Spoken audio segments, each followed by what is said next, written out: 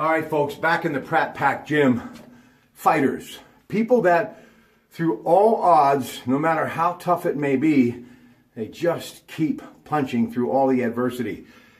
But sometimes in the game of life, no matter how hard you fight, it is, as the old saying goes, when your time is, well, over on this earth, there is something better and another mission in that afterlife. Well, I found out just the other day, and this is the first time that I had a chance to sit down and take some time to talk about a man that I really didn't know well. But because of that relationship that you find at that local watering hole, he became part of that family. Jimmy K's in New Brighton. I haven't been there for a long time because the work schedule just won't permit. But in the short time that I kind of made my return to New Brighton, and socializing was a small part of it, this time around, I got to know some really good people. And one was a guy that, well, because of him working on the railroad, we immediately had a chance to bond because, you know, my love of Norfolk Southern and the railroad, right? But to his friends, they called him Bay, but his name is Robert Sully. He passed away recently at the very young age of 53 after a long battle of cancer, preceded in death by his parents, Frida Dorsey and Robert Spencer of Beaver Falls, his niece, Tamala Smith from Allentown, and also the beloved husband of Helen, children Pierce and Marquita. This guy, beloved by many. Of course, a lot of grandchildren, siblings, nieces and nephews, and just many people are mourning his loss right now. Gooden and Brown Funeral Home in Aliquippa on Franklin Avenue is handling the arrangements. Tomorrow afternoon and tomorrow evening, visitation will take place at the beautiful Light of Salvation Church in Beaver Falls. But let me just talk about the man that I knew in that short time.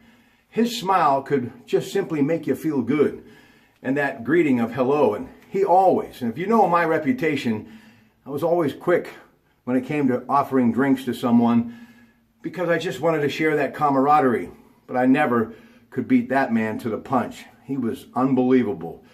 And no matter what you did, you know, to kind of just carry the conversation, he always listened. He was a great listener, and he was always available for someone to lean on. And I noticed this from the other side of the bar, that it was the gathering, people coming to him just to get some of that wisdom and a part of that friendship. And I know how much Jimmy Klein, and along with Ashley and Brittany and Abby and Tricia, are going to miss this guy, and Sam as well, because he was one of those faces that when you're working behind the bar, it's hard work, folks. It really is. You're on your feet a long time, and you're putting up with a lot of problems and a lot of good too. But serving the public sometimes is a little bit more difficult than you may all realize. I did it before as a busboy and a waiter and a maitre d', and you earn every single tip and every hourly wage. And to have an establishment in a neighborhood, especially from a region you're from, it's not easy. But Jimmy Klein has found a way to make it work, and he'd be the first to say that his employees have a lot to do with it. But he'd also be one of the first to say that customers have a lot to do with it, and Bay was one of them. And I must say, in that time that I spent with him, I really do believe that I'm a better person for it. So to his wife Helen, his children, his grandchildren, and extended family, my thoughts and prayers go out to you.